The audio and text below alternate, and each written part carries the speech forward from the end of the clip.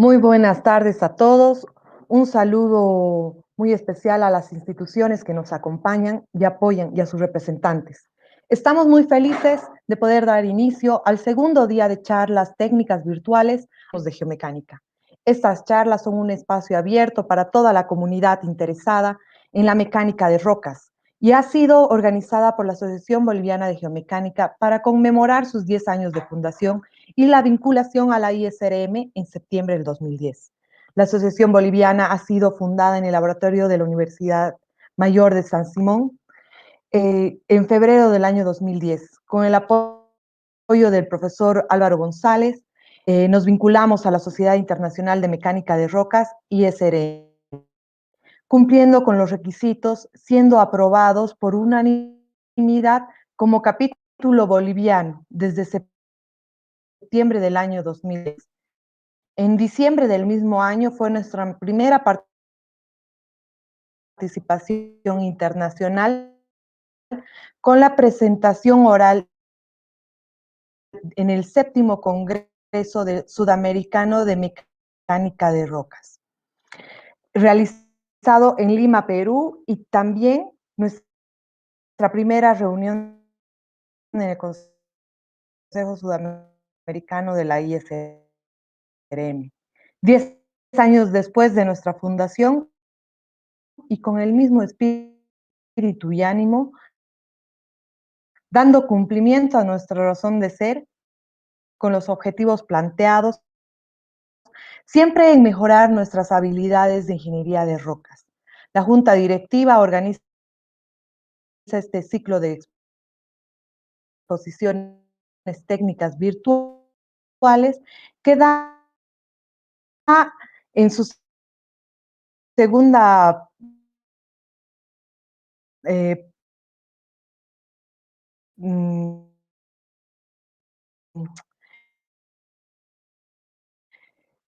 que da su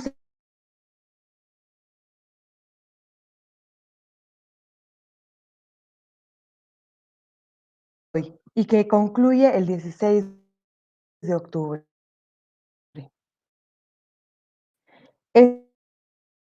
Esta semana contaremos con la presencia de expositores nacionales e internacionales de gran talla profesional, de los que estamos bastante. En este sentido, y sin extenderme más, continuemos con las charlas virtuales, hablemos de geomecánica. Para esta ocasión, para el día de hoy, tenemos la presencia del ingeniero Víctor Hugo Álvarez Siriarte, ingeniero civil, máster of Engineering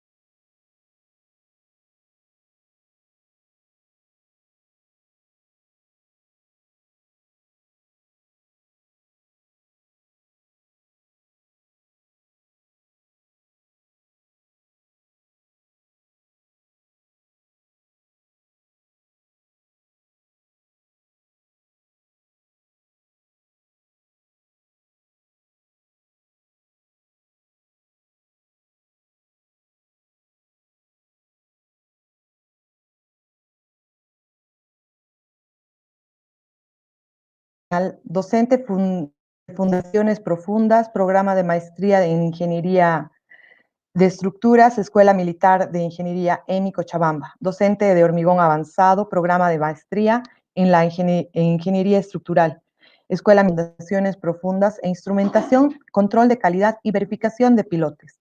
De esta manera, damos una bienvenida al ingeniero Víctor Hugo Álvarez. Muchas gracias por estar aquí. Puede continuar, Ingi.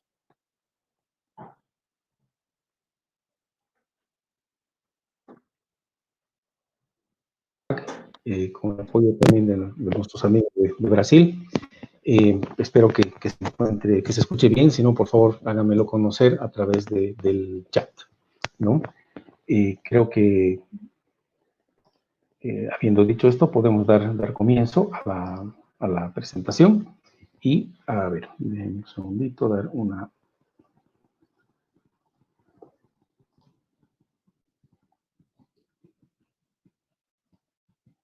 Ok. Bueno, el tema del cual les voy a hablar hoy día está relacionado con algún trabajo que nosotros hemos realizado en la represa de Misikuni, con lo que son pantallas atirantadas. En la imagen de esta diapositiva se puede observar unas losas horizontales, perdón, verticales un poco inclinadas, que llevan unos puntos que son unos anclajes que tienen entre 25 y 14 metros, que tienen la meta de poder estabilizar este talud que, bueno, tiene alrededor de 80 metros de alto desde el punto en que se ve la fotografía. Desde la parte inferior son más de 100 metros. Y, bueno, en esta parte se tenía que hacer unos trabajos de estabilización para poder construir algunas cosas de la represa. ¿En dónde se encuentra esta represa? Bueno, en esta imagen se puede ver dónde está Bolivia y un puntito donde quedaría la represa de Misikuni. Todos los cochabambinos conocemos sobre Misikuni. Los que nos escuchan del exterior, pues bueno, se ubica más o menos al centro de Cochabamba. Lo que sería la parte casi final de la cordillera oriental. Es una zona muy montañosa y tiene una altura de unos 3.800 metros sobre el nivel del mar. La ciudad más cercana es Cochabamba, donde vivimos nosotros, los que estamos haciendo, bueno, yo personalmente. Y la represa Misikuni se encuentra ubicada aproximadamente a 1 hora y media en vehículo a través de este caminito verde, le llamaremos. Existen otros accesos que son por el Parque Tunari. En esta parte se encuentra el Tunari, uno de los cerros más emblemáticos de nuestra ciudad. Y bueno, en esta zona se ha construido esta represa que es muy famosa y data de mucho tiempo en la historia de Cochabamba. En una vista más cercana, esta es la represa Misikuni. Es una represa que tiene más o menos unos 7 kilómetros de largo y más o menos unos 1 kilómetro y algo de ancho en esta parte de acá. Y la represa se encuentra en esta parte pequeña. Y haciendo un zoom, se puede ver ya la misma presa, que tiene una característica muy importante. Si bien no es el tema de charla el día de hoy, pero es importante conocer que esta es una presa que tiene 120 metros de altura. Es una presa especial, le llamaremos en el mundo, y bueno, ya está casi llena. Y en la parte izquierda se puede observar, está el canal de descarga, el vertedero, o algunas veces llamado el aliviadero. Lamentablemente en este talud, en este cerro de la izquierda, se tenía una situación bastante inestable y casi se la ha forrado de hormigón, como ustedes pueden ver en esta imagen. Perdón, espero que se pueda ver el puntero. Caso contrario, por favor, si alguien me puede avisar por el chat. ¿Ok? Entonces, en la parte izquierda está casi totalmente lleno de hormigón para proteger este talud, para que no le entre agua. Y estas dos zonas que presentan circulitos son dos zonas que ameritan una estabilización un poco más especial a través de lo que llamamos las pantallas tirantadas. El círculo de más abajo se le llama el eje 2.6 y el círculo de más arriba se le llama el eje 11. Bueno, visto en altura, en realidad el punto de arriba es que está más bajo y el punto de abajo es el que está más arriba en altura, ¿no? Si vemos bueno, creo que está tardando un poco la imagen en la internet, pues voy a esperar unos minutitos. En esta imagen se puede observar el talud en elevación. Nuevamente, en la parte izquierda, que son los ejes 2.6, la primera son el área de estabilización, y en el talud derecho, el eje 9 a 11, que es la otra parte de la estabilización. Por temas de tiempo, vamos a hablar solamente de una de ellas, que sería la parte izquierda superior, que es el eje 2.6. Sin embargo, la otra parte tiene un tratamiento bastante similar. Entonces, nuevamente recapitulando, que en la parte de la izquierda superior de la presa tenemos que construir un sistema de taludes estabilizado. vemos el plano en la parte derecha, en planta, de la forma en la cual se debía realizar la estabilización.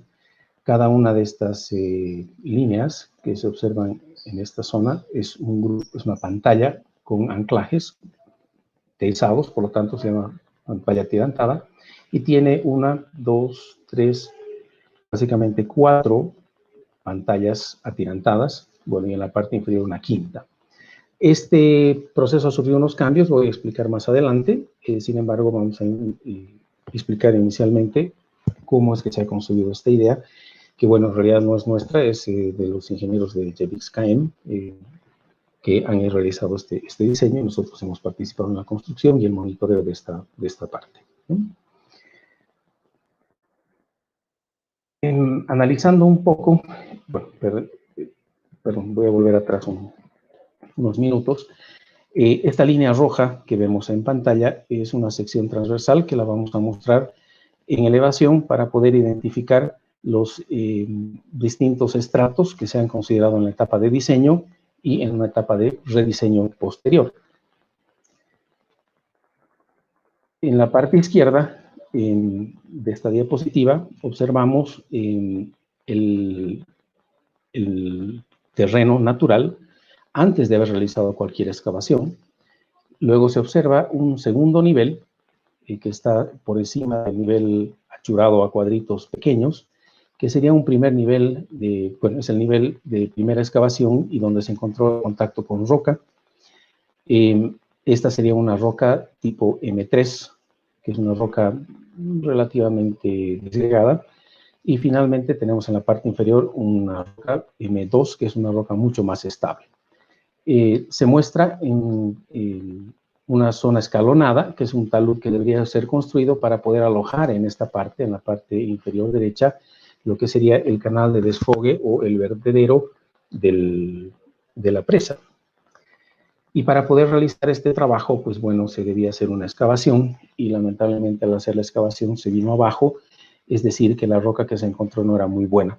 Por lo tanto, el trabajo ameritó realizar una estabilización un poco más avanzada, que la vamos a ir explicando, ¿no? Para tener una idea, este es el tipo de material que se encontró en la excavación. Esta es la zona intervenida, que se observa en la parte izquierda. Y, bueno, seguimos a la siguiente.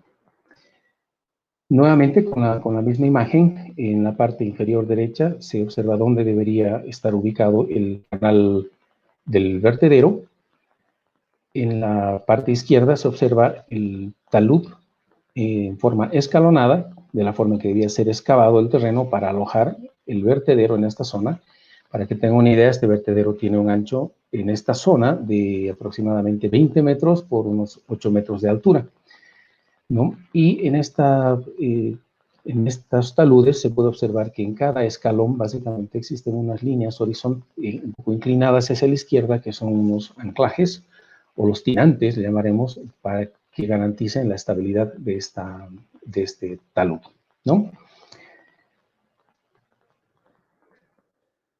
Bueno, nuevamente volviendo a la misma imagen que teníamos hace unos 12 diapositivas anteriores, habíamos hablado de un suelo un macizo rocoso tipo M3 y un macizo rocoso tipo M2, los cuales intervenían en la excavación para alojar nuevamente el vertedero.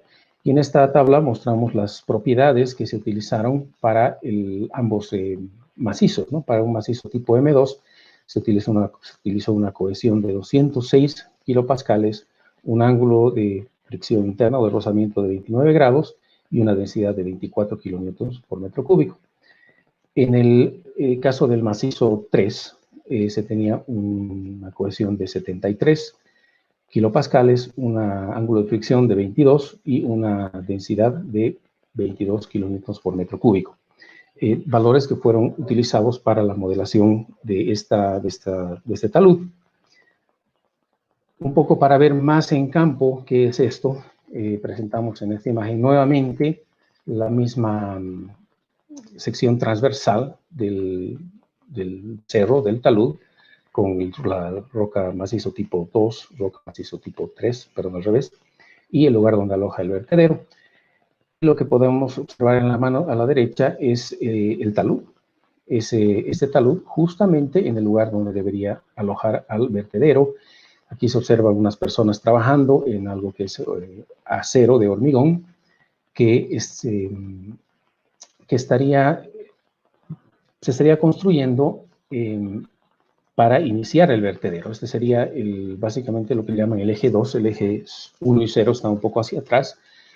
Y se observa que es un macizo bastante compacto, bastante bueno, y en líneas rojas inclinadas se observan las fracturas de la roca, que, bueno, si bien no están tan definidas, no se observan tan claramente en esta imagen, en la parte inferior izquierda sí se las puede observar. Aquí se tiene un lapicero y la fotografía de este tipo de roca, y viendo la calidad, es una roca, llamaríamos, razonable para la zona.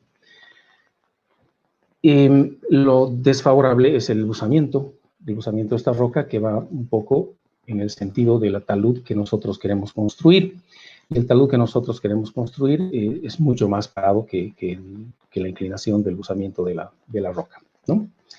Entonces, con estos datos se tenía bastante confianza de que el talud iba a aguantar tranquilamente y podíamos avanzar sin problemas.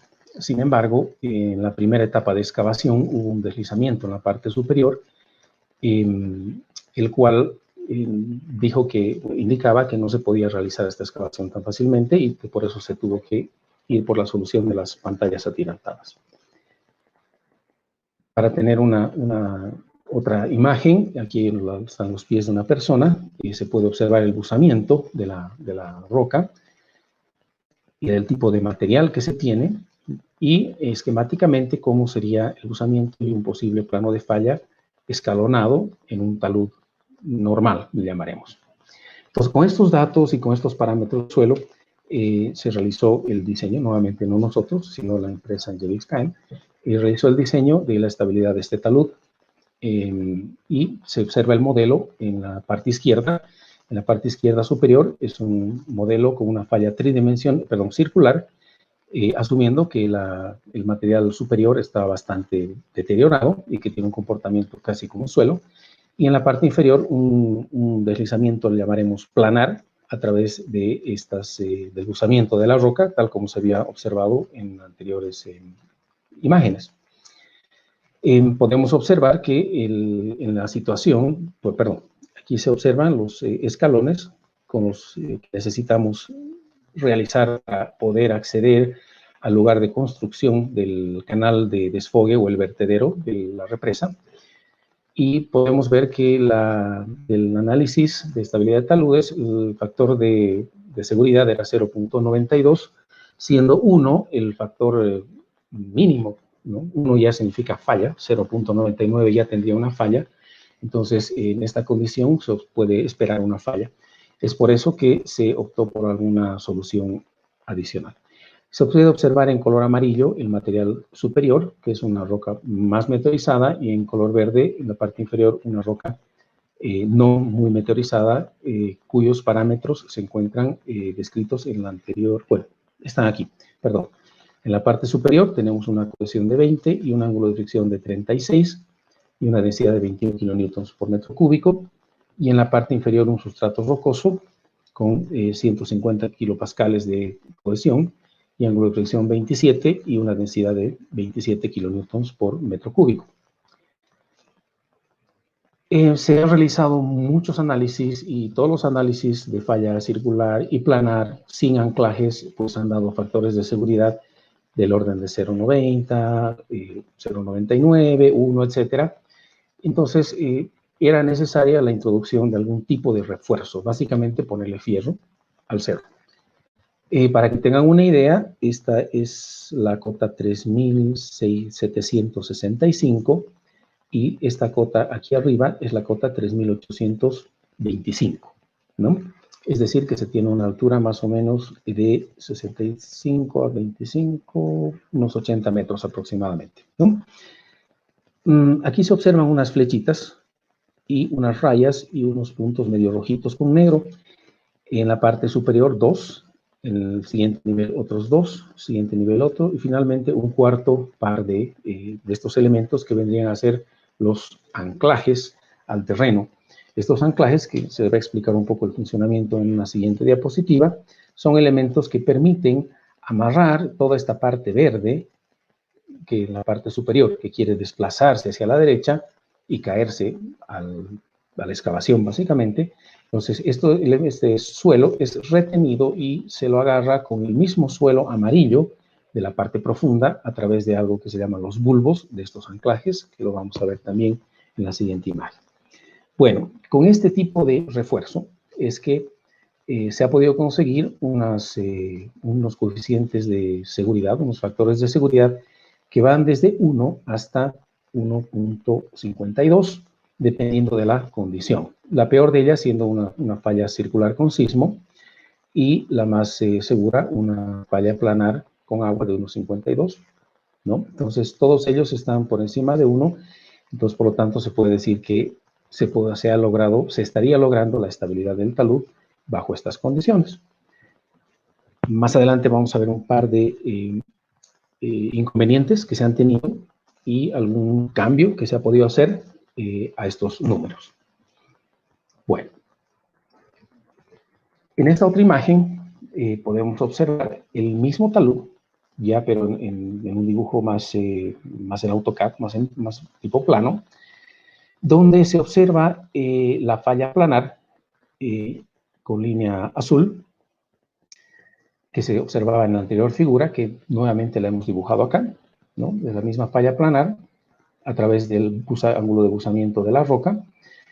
Y en la parte superior se tienen dos anclajes, y estos anclajes entran en el terreno, atraviesan el plano de falla, que sería esta línea azul, y en el fondo se construye un bulbo. Un bulbo sería un elemento de conexión muy fuerte entre este elemento, que es un fierro, básicamente, entre el fierro y el suelo. Se asume que todo el suelo a la izquierda de esta línea azul es un suelo estable y que el suelo a la derecha de la línea azul es el suelo que tendría que moverse o deslizarse. Entonces, si el suelo quisiera moverse, este suelo tendría que mover este elemento de acá, que es una pantalla de hormigón, que se la puede observar un poco más grande en esta imagen. Nuevamente, en el nivel más alto, en el segundo nivel más alto, en el nivel segundo inferior y en el más bajo, se tienen unas pantallas de hormigón. Son unas losas de hormigón en este talud inclinado que tienen un espesor de 40 centímetros y una altura aproximada de unos 3 metros, ¿no? Y de esta pantalla salen 1 y 2 anclajes. Estos anclajes nuevamente son unos fierros que les vamos a mostrar en la siguiente imagen. Y estos fierros están empernados en la parte de arriba, de tal manera de que si el cerro quiere moverse, pues tendrá que empujar la pantalla y la pantalla se agarrará de los pernos, o las tuercas, perdón.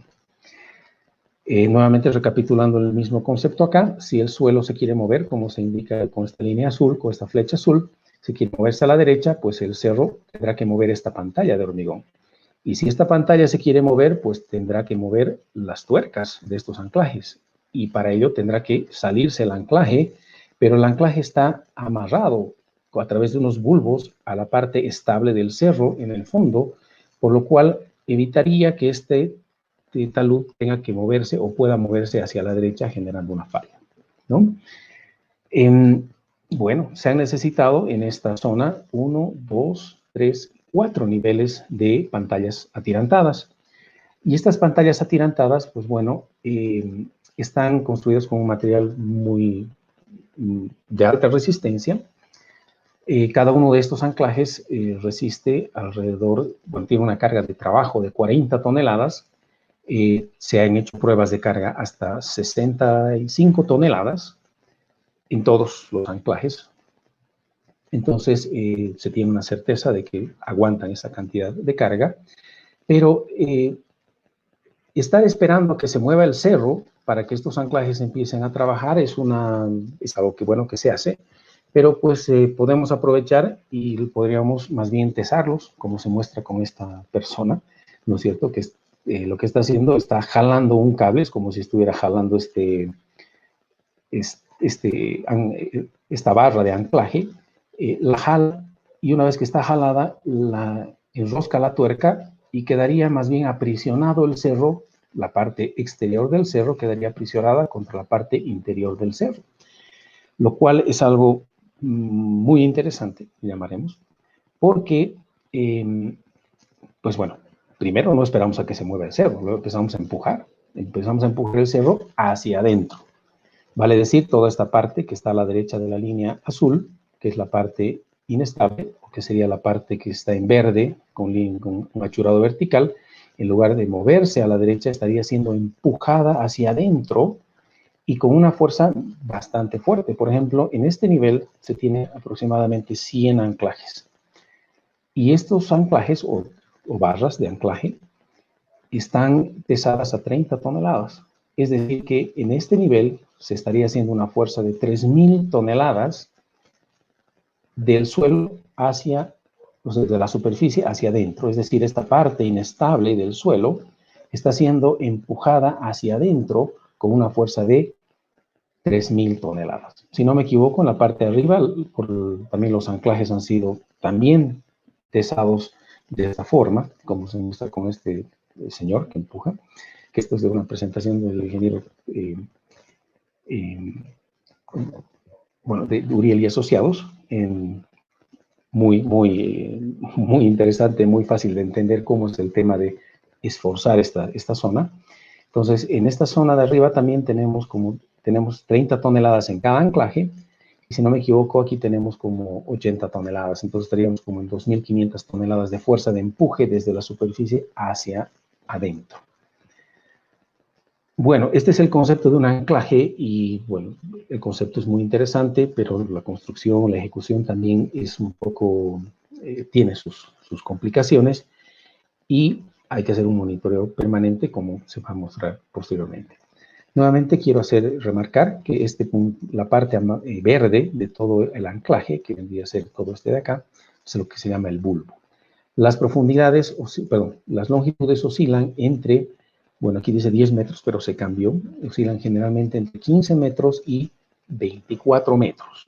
Entonces, son valores que dependen de la ubicación y vamos a ver más adelante de qué factores depende. Uno de ellos, bueno, es muy importante que este bulbo quede al lado izquierdo de lo que es el plano de falla.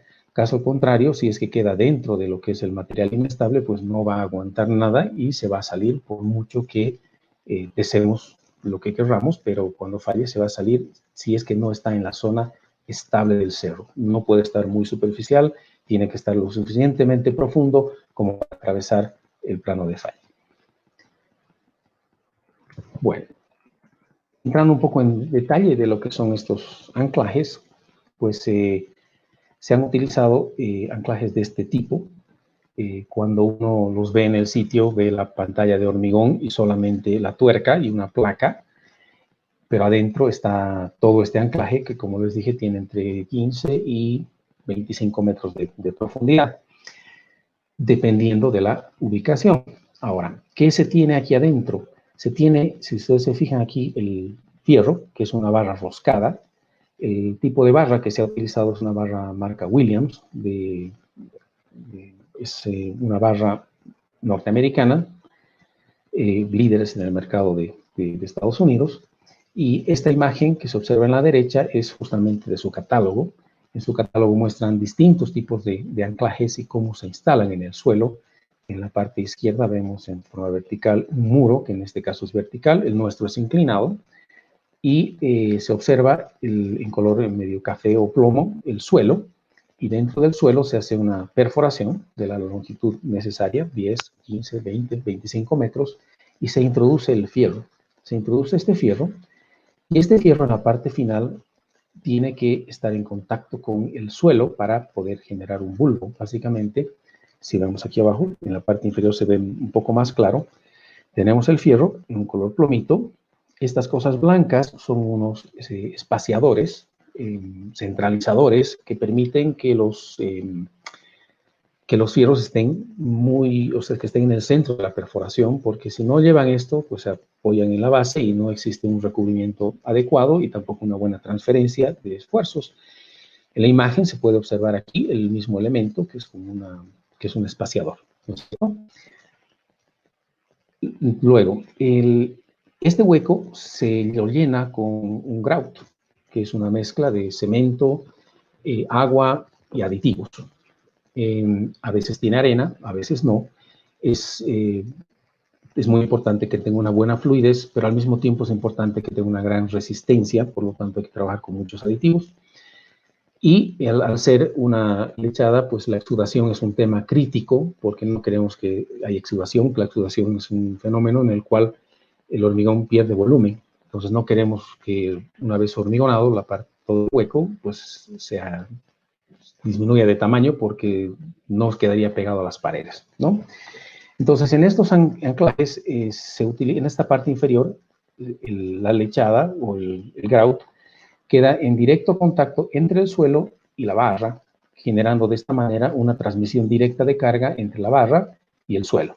Es decir, si en la parte superior se jala, esta fuerza se transmite a través del fierro a la parte profunda, se llama el bulbo. Esta es una transferencia, se llama el bulbo, y el fierro transmite la carga al grout y el grout transmite la carga al suelo, y si el suelo es estable y es lo suficientemente resistente, pues resistirá esta carga. Esta parte nuevamente del fondo se llama el bulbo y la parte superior se le llama la luz libre.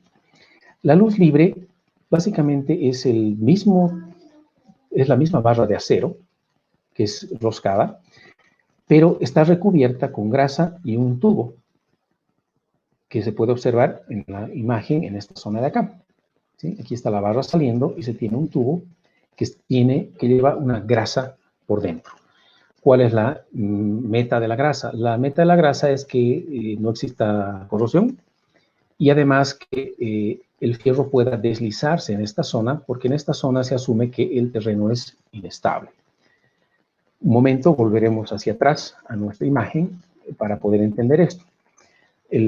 La zona verde es el bulbo, que es el lugar donde se transmite la carga.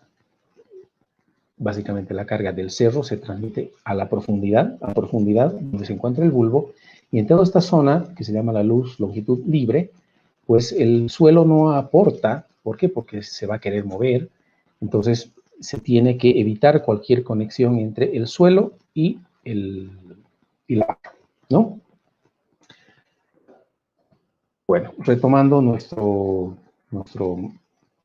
imagen, la explicación de los anclajes. Entonces es importante que esta zona quede totalmente libre, y es muy importante hacer notar lo siguiente: esta grasa es algo especial, no es algo que uno puede ir a comprar de la ferretería y que sea algo que se hubiera comprado una grasa normal. No, es una grasa especial, no sé qué tiene dentro de su composición química, pero es algo muy especial que no puede ser reemplazado, ¿no? En el de arriba podemos observar algo distinto. Se observa en la parte superior también la misma tubería, y en la parte inferior se observa algo negro que no es necesariamente el fierro. Y fíjense, en la imagen también tenemos esta cosa negra y no tenemos el fierro. En realidad el fierro está dentro de esta cosa negra. Esta cosa negra es una vaina corrugada de polietileno de alta densidad, que lo que permite es darle mayor protección al acero, a la barra de acero. Fíjense, en la parte de arriba, si el agua quiere entrar al fierro, tiene primero que atravesar el grout, después tiene que romper el tubo, y después tiene que atravesar la grasa, y finalmente llegaría al fierro para causar algún daño. Entonces, esto es algo que se llama doble o triple protección contra la corrosión. Sin embargo, en la parte de abajo, ¿sí?, el agua tendría que entrar a través del grout y entra y ataca directamente al fierro. Entonces, esta es una protección simple, y es por ese motivo que en este caso este es un anclaje temporal. Se llama temporal porque va a durar un cierto número de años, va a haber una cierta oxidación y después ya no se va a utilizar. Este tipo de anclaje se utiliza principalmente en estructuras temporales, mientras que el de arriba se utiliza en estructuras definitivas y se llama anclaje permanente. ¿Por qué? Porque para que el agua pueda ingresar al fierro, en primer lugar tiene que atravesar el grout, en segundo lugar tiene que romper esta vaina de polietileno de alta densidad, que es un plástico muy duro, Después tiene que atravesar más grout que existe adentro y finalmente recién llega al fierro. Entonces es muy difícil poder llegar a esa condición, ¿no? Aprovecho la imagen para aclarar una característica especial de los anclajes de estos anclajes que están viendo en esta zona. Aquí tenemos un punto blanco, tenemos otro punto blanco, tenemos en realidad, en toda esta longitud que son 6 metros, tenemos 3 puntitos blancos que son unas válvulas especiales que se llaman válvulas manchete.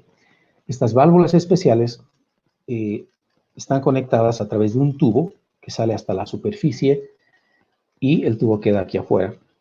Cuando se ha instalado el anclaje, vale decir, se ha hecho la perforación y se ha instalado este anclaje que ustedes ven acá, se introduce el grout y se espera que endure.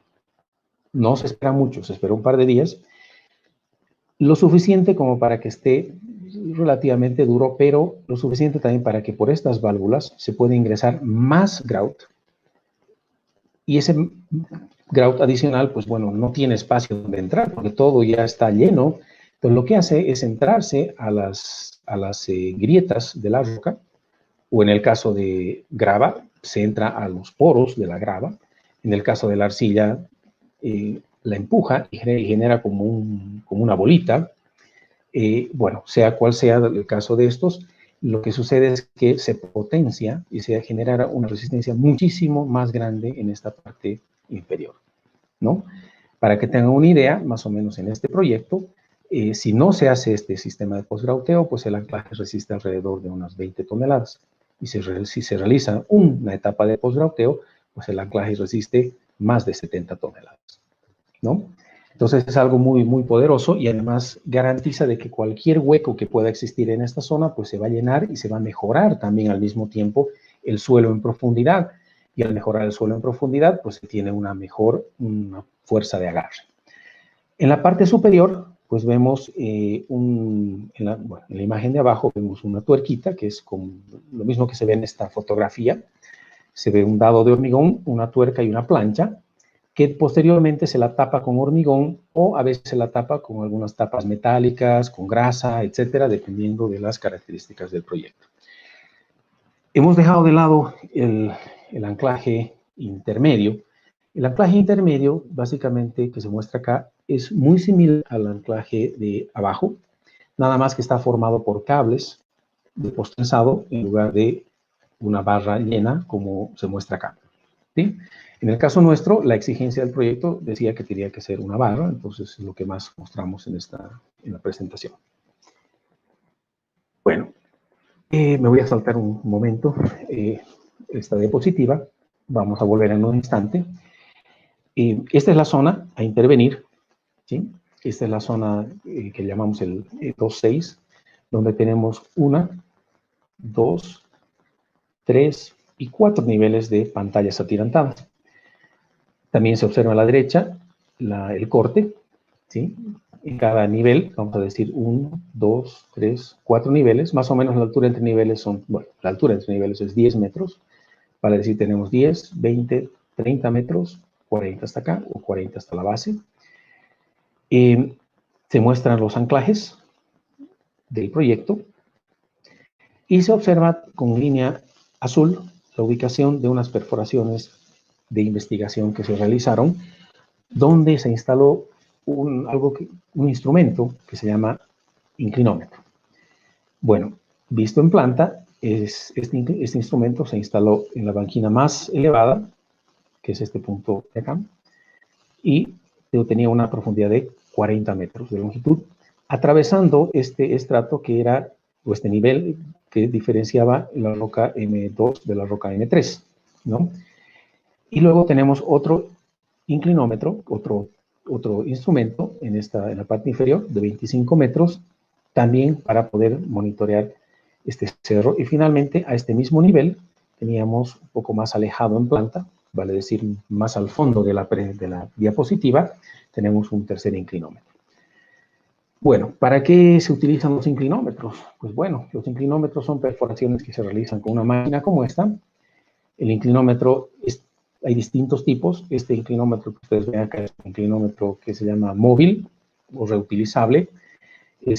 Básicamente es un fierro que tiene unos instrumentos muy precisos, muy caros, muy delicados en su interior, y que es introducido en una tubería. Si ustedes ven aquí hay un tubito azul, ¿sí?, que es hueco, tiene una sección transversal como la que se observa acá, y tiene uno en las 4 esquinas, tiene unas ranuras o rieles donde entra este inclinómetro. Este inclinómetro tiene unas ruedas y esas ruedas giran a través de estos rieles. Vale decir que este inclinómetro, todas las veces que se lo pone en este tubito, siempre va a repetir el mismo camino. Si vemos el tubo en esta imagen de acá, pues vemos el inclinómetro y vemos las rueditas que van a ir en estos rieles o en estos rieles de acá, y nos van a dibujar cómo está el tubo, vale decir, cómo está la perforación. ¿Sí? Vamos a utilizar la imagen de la siguiente diapositiva para hacer un dibujo. Entonces, si introducimos nuestro inclinómetro por la parte superior y dibujamos, pues en realidad el dibujo comienza en la parte de abajo, se introduce el instrumento hasta la parte de abajo, asume que este punto es un punto estable y puede ser que este tubo, digamos, haya sido instalado así. O sea, estoy exagerando la escala de formación, ¿ok? Bueno, si venimos de aquí a 2 meses y volvemos a poner el instrumento, entonces, bueno, vamos a ver que tal vez vamos a ver que tal vez sigue la misma línea por acá, pero en la parte de arriba se separa un poco. Entonces, por diferencia, podemos saber si es que este tubo inclinométrico se mueve o no se mueve y a qué profundidad. Si volvemos a la imagen anterior, pues podemos ver que en este caso, este es un tubo inclinométrico de 25 metros de profundidad. En la escala horizontal se muestra entre 0 y menos 60 milímetros y hacia la derecha 40 milímetros, vale decir 4 centímetros. Y se puede observar que en esta perforación, pues el tubo, por ejemplo, no se ha movido nada hasta una profundidad de 5 metros. Y a los 5 metros ha tenido un movimiento muy brusco de alrededor de los 60 centímetros y de ahí queda más o menos plano. Entonces, estos inclinómetros son instrumentos muy buenos, muy valiosos, y después de terminar esta presentación van a quedar totalmente seguros de la importancia que representan estos instrumentos, ¿no? Entonces, estos inclinómetros fueron instalados en estas ubicaciones y fueron monitoreados constantemente. Algo importante es que se pudo ver deformación en los inclinómetros a medida que se iba construyendo, ¿sí? Bueno, voy a saltar por el tema de tiempo, voy a ir un poco más rápido en las siguientes diapositivas y si tenemos un poco más de tiempo, pues volvemos acá. ¿Cómo es el proceso constructivo de toda esta pantalla atirantada? Vamos a explicar un poco para que puedan entender cómo se ve, cómo se hace y poder entender un poco más adelante lo que va de la presentación.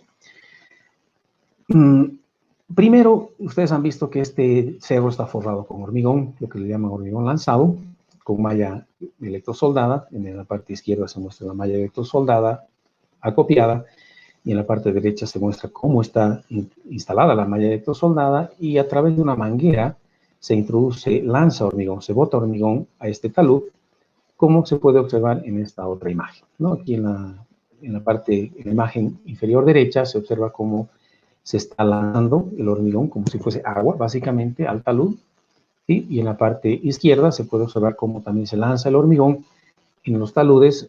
Bueno, hemos tenido la ayuda de una excavadora para poder alcanzar los lugares más altos, y como son volúmenes grandes, con la ayuda de un Carmix o una autohormigonera se ha podido realizar el trabajo en forma relativamente rápida, y esto es con la asistencia de una bomba, que es esta azulita de acá, que la bomba, el camión hormigonero bota el hormigón en la bomba, y la bomba a través de una manguera lanza el hormigón al talud, ¿no? Tengo entendido que se va a hablar en una charla de hormigón lanzado vía húmeda. Este ha sido hormigón lanzado vía húmeda también, ¿no? Bueno, una vez que se tiene este hormigón lanzado, como se observa en la parte superior, cuya función principal es la de evitar que el agua entre en el talud, porque si el agua entra en el talud nos genera más inestabilidad Y justamente eso es lo que queremos evitar, ¿no? Entonces, una vez construido este hormigón lanzado, se inicia la preparación de las mallas de acero, las parrillas de acero, con un refuerzo especial en cada lugar donde va a ir un anclaje. Fíjense, estos cuadraditos que se observan acá son las ubicaciones de los anclajes, ¿no? Y posteriormente se procede al hormigonado, en este caso con encofrado metálico, y cuando ya está hormigonado se lo debe proteger con una carpa, con calor, y en este caso cuando había frío tenía que ser protegido también con generación de calor, ¿no? En la parte inferior derecha se puede observar ya una máquina realizando la perforación de uno de los anclajes en una parte de la pantalla ya concluida. Nuevamente arriba se puede observar el hormigón lanzado y a la derecha se puede observar la parrilla de acero, donde se dejan unos tubos blanquitos, que es un color blanco, perdón, a través de los cuales se puede realizar la perforación para no estar viendo el acero al realizar la perforación, ¿no? Aquí la persona de aquí es mi papá, él es el jefe de la empresa, es mi jefe. Bueno, no me ha obligado a poner la fotografía, pero bueno, es un honor para mí mostrarlo. Bueno, continuando, una vez que se realiza la perforación, pues es momento de introducir los anclajes. Esta imagen ya la habíamos visto anteriormente. Y solamente para retomar que el anclaje superior, que es el anclaje permanente, es el que se ha fabricado. Entonces aquí se observa la fabricación en serie, le llamaremos, de estos anclajes. En esta parte se observa la parte negra con los espaciadores, que son estas cositas blancas de acá. Y en la parte de arriba se observa el tubo blanco. El tubo blanco es la luz libre del anclaje, ¿no? Es muy importante, si se tiene tanto cuidado de hacer un anclaje permanente y se tiene mucho cuidado de que no le vaya a entrar el agua, pues en todos los empalmes se deben utilizar unas cintas que son como unos scotch, unas cintas especiales impregnadas de grasa. También las uniones tienen que ser realizadas con unas cintas de adherentes muy especiales también, no es cualquiera. Nos hemos basado en el Post-Tensioning Institute para poder elegir los materiales, y muchos de ellos han tenido que ser importados desde Estados Unidos, ¿no? Fíjense que acá tenemos al lado de estos tubos blancos, tenemos unas mangueritas negras que vienen y se enrollan en la parte final o que se enrollan en esta parte de arriba, que, bueno, disculpas que no se da muy claro, pero estas son las mangueras por donde se realiza la etapa de post-grauteo, que es para potenciar el bulbo y llegar a las capacidades exigidas en el proyecto, ¿no? Pues bueno, una vez realizados estos anclajes y realizada la perforación, se introducen los anclajes y se pueden observar ya en esta pantalla estos anclajes. Visto un poco más de cerca, en la imagen de la derecha se pueden ver los anclajes. Bueno, más que todo se ven los tubos. Estos tubos son los tubos de postgrauteo, pero aquí está el fierro también, bueno, se puede ver en la parte inferior, ¿no? Aquí también se puede ver un poco más el fierro y también los tubos. En algunas oportunidades, para poder llegar al rendimiento que uno necesita también hasta 2 equipos, 3 equipos. Teníamos lugares donde estábamos perforando más de un día porque se trancaba la broca, hemos perdido herramientas también, entonces siempre es bueno tener un equipo de apoyo, ¿no? Estos son equipos, este es un equipo Casa Grande, ambos son italianos, este es un equipo EGT. Y bueno, una vez instalado el anclaje, perdón que vaya un poco rápido, pues que no nos va a dar el tiempo, este es un anclaje y este es un gato hueco. La barra de anclaje, que es esta de acá, está atravesando a través del gato hidráulico y está entrando en el dado de hormigón que se observa acá y se genera una fuerza. Se genera una fuerza para tratar de jalar este gato con 2 motivos. Uno es para hacer una prueba de carga, que les voy a explicar con estas gráficas en la parte superior, y la segunda es para poder hacer el pesado, jalar con 30 toneladas el gato. El gato sale, empuja a esta tuerca, la tuerca jala a la barra roscada, llega a las 30 toneladas y aquí en la parte inferior hay otra tuerca, entonces esa tuerca se la ajusta directamente y se suelta el gato y de esa manera se transmiten las 30 toneladas. Bueno, en realidad siempre hay una pequeña pérdida y hay que empujar un tantito más. Pero antes de fijar el anclaje en esas 30 toneladas, nosotros debemos hacer una prueba de carga. Hay tres tipos de pruebas de carga. Una prueba de carga que es de recibimiento, otro que es de calificación y hay otra de fluencia. Todos los anclajes deben ser probados, por lo menos a la de recibimiento. Es por eso que he elegido esta aquí, para mostrarles. En la escala de la derecha, perdón, en la escala superior, se observa la carga en toneladas y en la escala vertical se observa la deformación. En la punta de la barra se coloca un extensómetro para poder medir cuánto sale la barra. Entonces, a medida que va aumentando la carga, también tiene que ir saliéndose la barra y se hacen mediciones donde están estos puntos, básicamente a 10 toneladas, a 22 toneladas, a 28. En realidad es a un cierto porcentaje de la carga de diseño y la carga de diseño está alrededor de las 40 toneladas para estos anclajes. Si no me equivoco, 38. Entonces, se llega hasta 1.3, 1.4, 1.8, dependiendo del tipo de carga, de prueba de carga, para poder verificar y garantizar que estos anclajes han sido bien ejecutados. En este caso hemos llegado a 50 toneladas y se ha procedido a la descarga y nuevamente se ha vuelto a cargar. O sea, la línea roja es la línea de carga, la línea azul es la línea de descarga, la línea verde es nuevamente una recarga. Hemos podido tener deformaciones hasta de 6 centímetros. Estas deformaciones obviamente son de la deformación elástica del fierro y principalmente en toda la longitud libre en la que tiene solamente grasa el anclaje. Y posteriormente se grafica en otra escala, se grafica la deformación en el eje vertical y en el eje horizontal la fuerza. Y se observan varias líneas. La línea roja es una línea, la línea A le llaman, la línea azul le llaman la línea B. En pocas palabras, y la línea verde se llama la línea elástica, que es el componente elástico de nuestra prueba de carga. Y esta línea tiene que quedar entre la línea superior e inferior. Básicamente, ¿qué es esto? Si nos acercamos a la línea superior, significa que la deformación es muy grande y que el bulbo estaría tratando de desprenderse del fondo de la excavación, ¿no?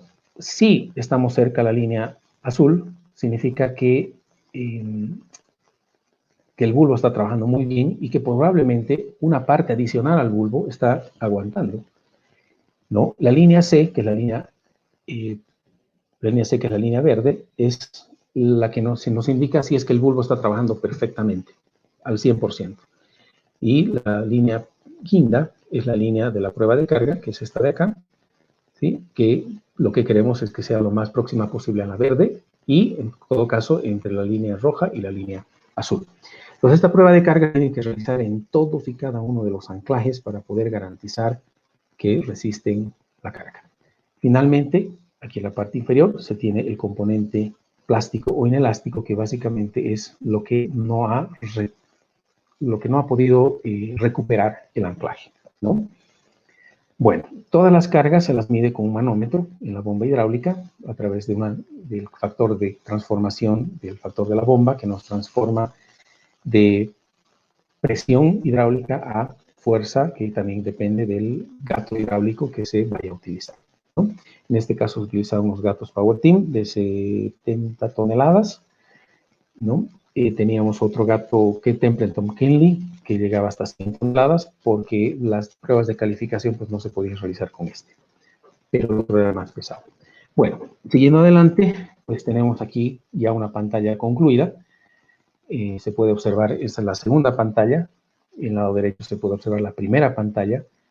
En esta pantalla al lado izquierdo tenemos casi 100 anclajes a 30 toneladas que tiene cada anclaje. Esta pantalla está empujando al cerro hacia adentro con una carga de 3.000 toneladas, más o menos. Bueno, algo importante que se debe considerar cuando se hacen pantallas atirantadas es que no se puede excavar el siguiente nivel mientras no esté terminado el de arriba, ¿no? Esto es algo que debe ser considerado porque es muy importante en el proceso, ya que causa un cierto retraso, ¿no? En esta imagen, por ejemplo, se puede observar que hemos tenido que terminar toda la pantalla superior para poder construir la pantalla inferior, y aún así no se puede excavar a la pantalla de abajo. ¿Por qué? Porque todavía no se tienen tesados estos anclajes, ¿no? Esta es una fotografía muy interesante porque se puede observar casi todos los equipos involucrados, ¿no? Tenemos la excavadora que hace el hormigón lanzado, tenemos compresoras que alimentan a las dos perforadoras que están acá, tenemos una tercera perforadora que está haciendo unos anclajes, bueno, pernos, clavos básicamente. Y bueno, y aquí todo el almacenaje de las barras de anclaje, ¿no? En la siguiente imagen se puede observar cómo es el avance más o menos. En la parte superior derecha se tuvo que terminar primero el primer nivel para hacer el segundo, y después de hacer el segundo recién se fue al tercero, que es este de acá, y finalmente del tercero ya se tuvo que ir al cuarto. Sin embargo, cuando se estaba realizando la excavación del cuarto nivel, se tuvo algo inesperado, ¿sí? Y es algo que se observa en esta imagen. Se encontró un material plomo, ¿no? Fíjense, aquí están las pantallas de arriba y se encontró un material plomo. Visto de cerca, tenía esta característica. Si bien era un relativamente duro, pues viendo en las fracturas se podía observar un material arcilloso. Y este material, pues era muy, muy, muy débil. Entonces llamó la atención. Tanto así que este material, pues voy a tener que voy a acelerar un poco este video. Les pido disculpas por esto. Pero fíjense, teníamos una muy buena roca en la parte de arriba y en la parte de abajo teníamos el material plomo. Y fíjense cómo empezó a fracturarse el suelo, incluso mientras estaba trabajando en la parte superior, ¿no? Voy a adelantar para que podamos ver en qué estado ha terminado este deslizamiento. Y fue muy interesante porque también aquí se veía en esta parte de aquí arriba el mismo buzamiento que se había visto al inicio de la presentación, pero se pudo ver el material en su estado más húmedo, le llamaremos, ¿no? Entonces captamos este movimiento en vivo, realmente muy, muy interesante. Les voy a mostrar, esta es la imagen, perdón, esta es la imagen del mismo deslizamiento y un acercamiento para ver el tipo de material que había en la junta, ¿no? Pues en ese momento todo el mundo empieza a preocuparse y dice, ¿qué está pasando? No esperábamos tener este material negro, fue realmente una sorpresa, y además era un material que se deshacía muy rápidamente, no con la misma intensidad con la que se deshace el material de barros negros en el Chapare, que Dani Rodríguez les va a hablar en unos días, pero sí se me pesaba un poco. Nuevamente, viendo nuestra sección transversal, en esta línea magenta, se ubica el inclinómetro, uno de los inclinómetros y el segundo inclinómetro, y se dibujan los puntos donde el inclinómetro mostraba deformación. Fíjense, aquí está el inclinómetro nuestro, y se observó que a los 22 metros de profundidad tenía una falla. Se estaba moviendo en ese punto el suelo, y se estaba moviendo exactamente en la dirección del talud, ¿no? Entonces se dijo, bueno, ojo que si tenemos una falla de esta naturaleza, por ejemplo, si fuese circular, obvio que no puede ser tan circular porque esto es roca, pero si fuese circular, entonces justamente en la unión con las rocas donde se está moviendo este suelo, y se tendría que estar moviendo en forma horizontal a través de la interconexión entre el suelo, la roca meteorizada arriba y la roca menos meteorizada o casi intacta abajo. Bueno, se hicieron muchos análisis y bueno, fue muy importante el aporte del inclinómetro, porque el inclinómetro nos iba avisando qué pasaba minuto a minuto. Posteriormente, incluso este plano de falla se fue profundizando, y esto también se fue analizando en los distintos modelos, y se tuvo que hacer una pequeña modificación al proyecto, y la modificación iba, como les voy a explicar en este momento. Nuevamente tenemos en la parte superior del talud, tenemos en esta parte las garras que teníamos que construir, o el taludeo que teníamos que construir para poder alojar al vertedero o el canal de descarga. En la parte superior se observaron unas pequeñas fisuras. En el lugar del inclinómetro se ubicó el lugar de la falla del inclinómetro, el movimiento del inclinómetro superior, y del inclinómetro inferior también se ubicó el otro punto, ¿no? De esa manera se pudo generar distintos planos de falla que ya no eran ni planares ni circulares, sino que era una mezcla, en la parte superior algo como circular y en la parte inferior como planar.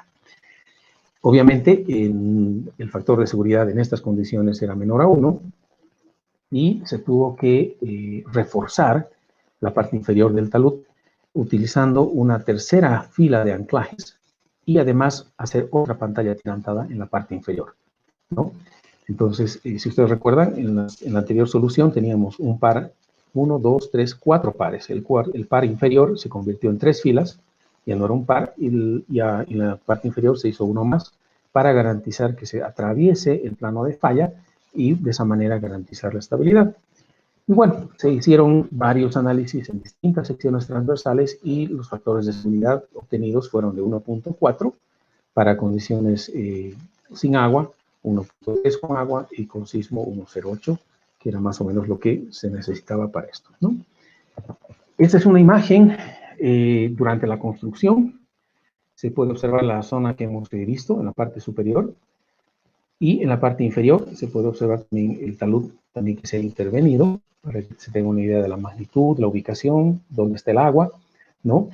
Y bueno, para ver un poco más de cerca los anclajes, aquí se puede observar 1, 2, 3, 4 y aquí abajo hay un quinto nivel de anclaje, vale decir la tercera fila y el quinto nivel de anclaje tuvieron que ser incrementados por el descubrimiento de este material negro muy débil que no se esperaba y que a través de los inclinómetros ha sido realmente muy valiosa la intervención de los inclinómetros para poder detectar hasta dónde estaba el problema y de esa manera poder tomar una decisión razonable y segura, ¿no? Esta es la vista del canal que se tenía que construir. Aquí a la izquierda está el talud. Para eso se ha hecho toda la estabilización con estas pantallas atirantadas. Y bueno, no hemos explicado la parte de abajo, pero en la parte de abajo también se ha realizado toda esta excavación con anclajes y aquí está el vertedero concluido, ¿no? Bueno, pero les pido disculpas por haberme extendido. No sé si tienen alguna pregunta.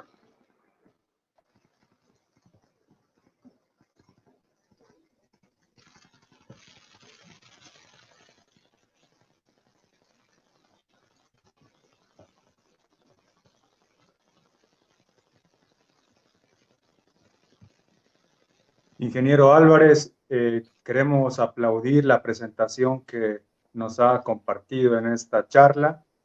Hemos recibido muchas preguntas. También tenemos bastantes saludos. Mientras tomo un respiro, voy a leer a las personas que nos han saludado.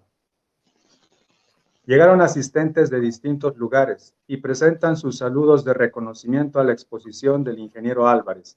Desde Mozambique, sureste de África, Manizales, Colombia, Sao Paulo, Marabá, desde Brasil, Santa Cruz, Cochabamba, La Paz, desde Bolivia, Lima, desde Perú, un saludo a los amigos peruanos, Venezuela, y también nos acompañan desde Pedro Juan Caballero y Asunción, desde Paraguay. Un fuerte abrazo a nuestros amigos latinoamericanos. Ingeniero Álvarez, la primera pregunta que nos colocaron en el chat dice, ¿qué verificaciones de construcción realizan para validar la adherencia que es generalmente estimada por los diseñadores?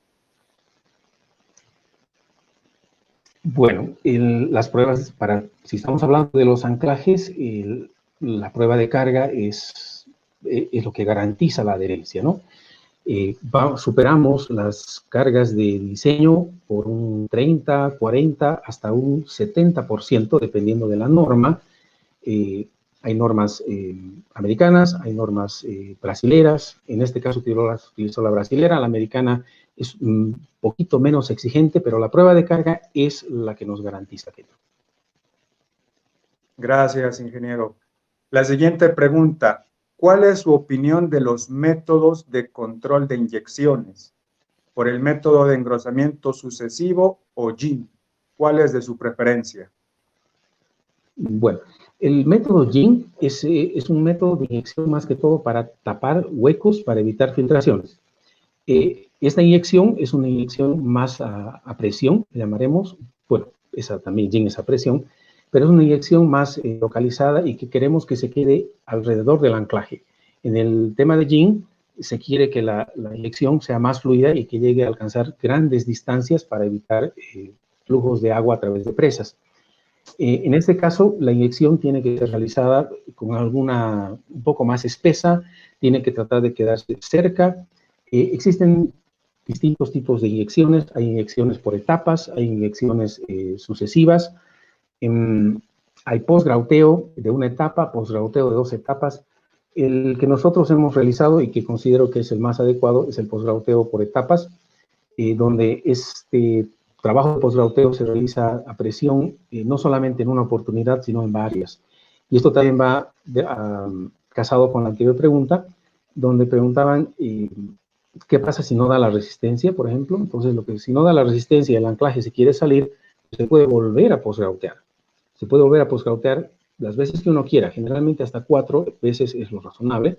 Entonces, yo considero que el posgrauteo por etapas es lo más adecuado. Muy bien, ingeniero. La siguiente pregunta que nos llega desde Ecuador. ¿Qué métodos de diseño utilizaron en el proyecto que presentó? ¿Método de la capacidad última de falla o LFRD? Ya. Bueno, para el tema de los taludes, bueno, se han utilizado distintas metodologías en la parte plana o en la parte circular, Bishop, Jambu. Entonces, se han utilizado bastantes métodos, no solo uno, entre ellos Bishop y Jambu principalmente, para el tema de las fallas, del plano de falla en el talud. Gracias, ingeniero. Hay otra pregunta que dice, adicional a los inclinómetros, ¿qué otros instrumentos instalaron en los taludes de control? ¿Y qué criterios utilizaron para su ubicación? Bueno, se han instalado también piezómetros. Los piezómetros han sido ubicados en la vecindad de los inclinómetros para que junto con la lectura del inclinómetro, ubicando el plano de falla, podamos saber dónde está el nivel freático y poder introducir el efecto del agua en la modelación. También se han instalado celdas de carga en los anclajes para conocer si es que la carga se mantiene o crece en el tiempo, lo cual nos sirve como indicativo para ver si es que el anclaje podría fallar a futuro o si es que el cerro se está moviendo. Muchas gracias, ingeniero Víctor Hugo. La siguiente pregunta. ¿Qué dificultades encontraron durante la construcción de las pantallas del proyecto y qué recomendaría a los ingenieros que diseñan y construirán nuevas pantallas, que diseñarán y construirán nuevas pantallas? Bueno, en Bolivia es muy difícil planificar esto porque no tenemos los materiales, tenemos que traerlos de otro lado. Entonces es muy bueno tener una planificación con tiempo. Número 2, algo que hemos aprendido, por ejemplo, es tener inclinómetros, porque nos indican qué está pasando con la obra, tomar recaudos, como en el caso de encontrarnos un material no esperado, entonces los inclinómetros nos han ayudado a tener una solución más óptima. Y bueno, básicamente esas dos cosas. Gracias, ingeniero. La siguiente pregunta que hacen es, ¿hacen pruebas de carga en condiciones saturadas o después de lluvias? Para los anclajes, los hacemos independientemente de la lluvia o no, porque como son como el bulbo, que es lo que se está probando, está a 10 metros, 20 metros de profundidad, la lluvia en la parte superficial no nos va a causar mucho daño. Es más que todo la incomodidad de trabajar en lluvia o en un ambiente húmedo, pero en profundidad no nos va a afectar tanto. Gracias, ingeniero. La siguiente pregunta dice, ¿cómo se evaluó la posible presencia de agua en el análisis de estabilidad de taludes? ¿Cómo fue el análisis de falla planar? ¿Se consideró algún nivel de agua en una posible grieta de tracción? Sí, bueno, yo no he estado presente en todo el análisis planar, más que todo hemos estado involucrados en la falla circular.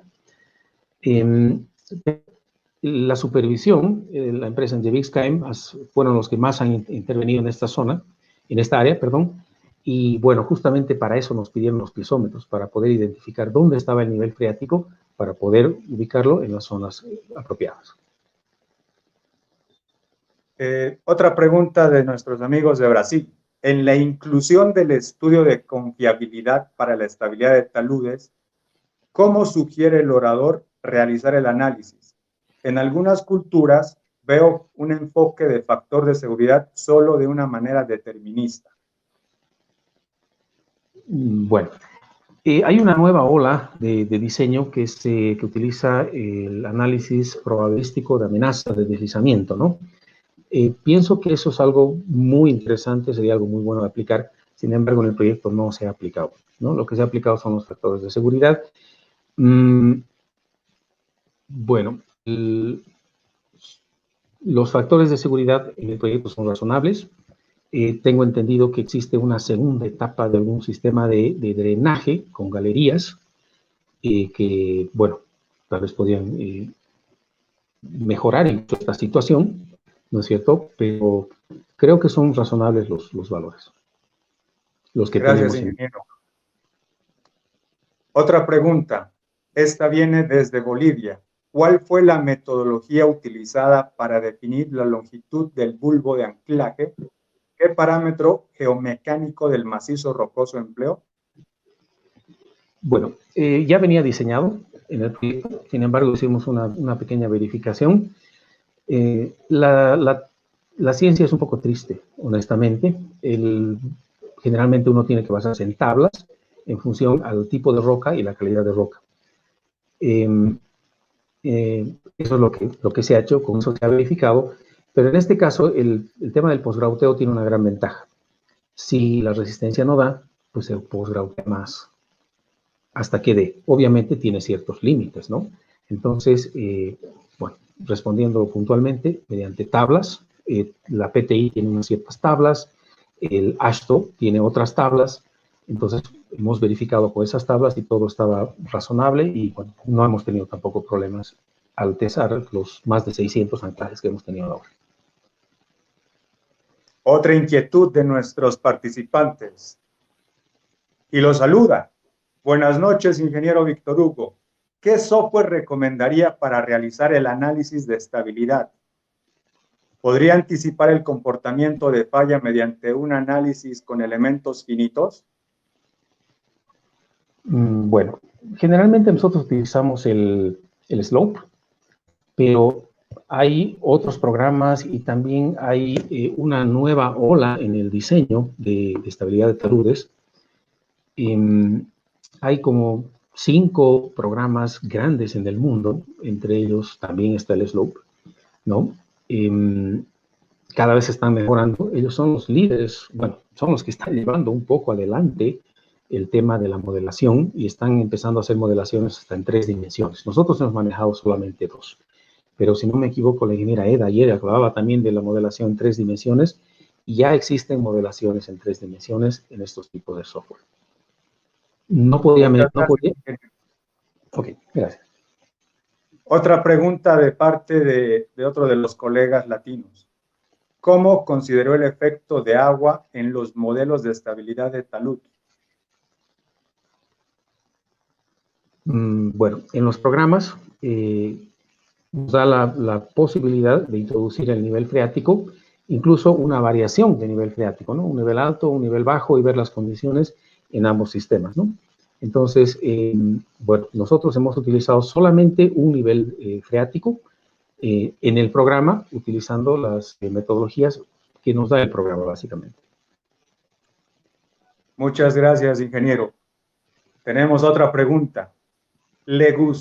Bueno, la persona que escribe, me gustaría escuchar la opinión del orador sobre el comportamiento y procedimiento del diseño de elementos de contención con acción sísmica. Un saludo desde Brasil. Elementos de contención. Bueno, bueno, Si hablamos de muros de contención, pues entonces existen pues, métodos muy tradicionales como el de Mononobe o Cabe, etcétera, pero en el tema de los taludes, en el caso de estos taludes, pues simplemente se ha introducido una fuerza horizontal proporcional al sismo boliviano, que es 0.1 de G, ¿no? Y ha sido como una fuerza externa que se ha modelado en el programa. O sea, es un análisis pseudoestático, lo llamaremos. Gracias, ingeniero. La siguiente pregunta. En diseño estructural de elementos de contención lateral, ¿qué criterio se ha utilizado en el proyecto en Bolivia? ACI 318, ASHTO, LRFD o qué estándar local? Bueno, en este caso todo se ha realizado con la norma brasilera a través del supervisor y diseñista, y nosotros hemos realizado una revisión a través de lo que es la norma ACI, la americana. Gracias, ingeniero. La siguiente pregunta. Buenas noches. Si se llegaba a detectar esa arcilla oscura antes de la planificación de las medidas a tomar, ¿cuáles iban a ser las consideraciones al respecto?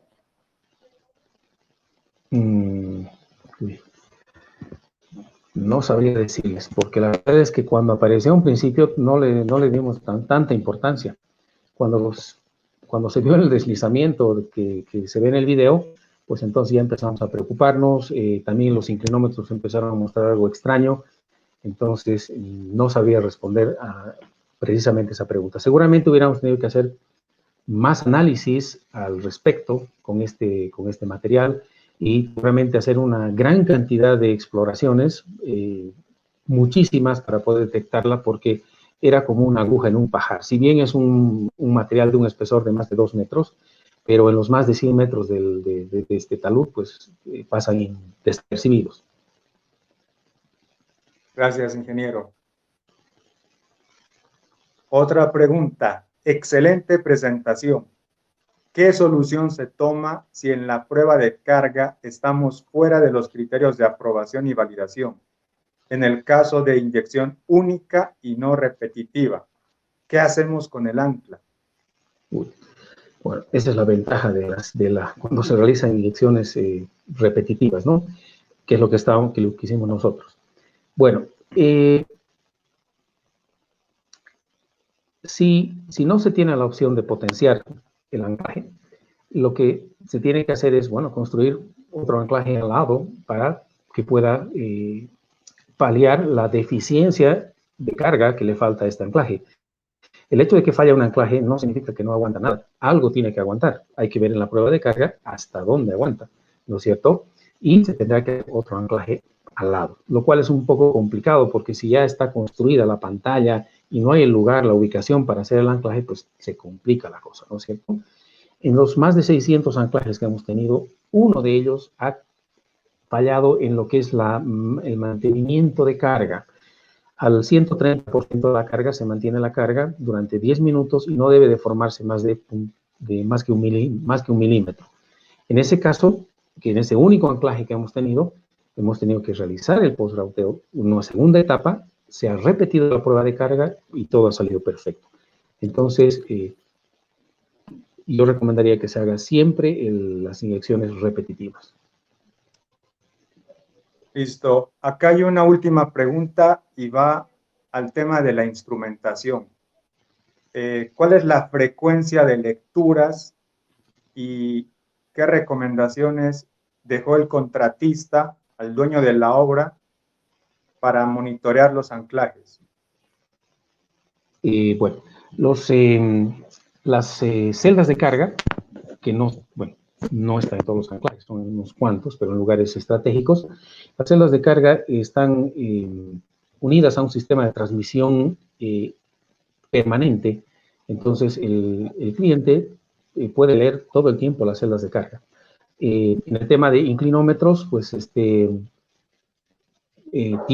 adquirido un inclinómetro y se realizan medidas periódicas. Obviamente en época de lluvia son más seguidas y en época seca son más espaciadas. Ingeniero Víctor Hugo, muchas gracias por su exposición, la atención a las preguntas, dudas, inquietudes. Esperamos que cuando las personas vean esta presentación, sepan aprovechar el conocimiento que nos ha transmitido. Muchas gracias, ingeniero. A ustedes las gracias. Muchas gracias. No, muchísimas gracias, Víctor Hugo. Y bueno, antes de despedirnos, me gustaría a mí poder mostrarles un poquito la programación que tenemos para el desarrollo de estas charlas técnicas. Hablemos de geomecánica. En ese sentido, robándoles unos minutitos de su tiempo, voy a proceder con la presentación de las charlas. Tenemos la semana 1 ya concluido el día de hoy con las presentaciones de Eda Freitas de Cuadros y el ingeniero Víctor Hugo. A continuación, para la semana 2, tenemos 2 presentaciones del profesor ingeniero Rezatul Usay y el ingeniero Dani Rodríguez. Tenemos para la semana 3 2 exposiciones nuevamente, el ingeniero Camilo Fuertes y el ingeniero Mauricio Prudencio. Y la semana 4, que es nuestra semana fuerte, tenemos 4 presentaciones comenzando el martes, miércoles, jueves y viernes. Entonces, para que todos estén atentos y no se pierdan ninguna de estas charlas que realmente están increíbles. Muchísimas gracias. Yo quedo agradecida con todos ustedes. Muchas gracias, Víctor Hugo, por acompañarnos esta noche. Gracias, Ariel, por acompañarnos esta noche. Y nos vemos con mi persona la próxima semana con todas las charlas técnicas nuevamente. Hablemos de geomecánica.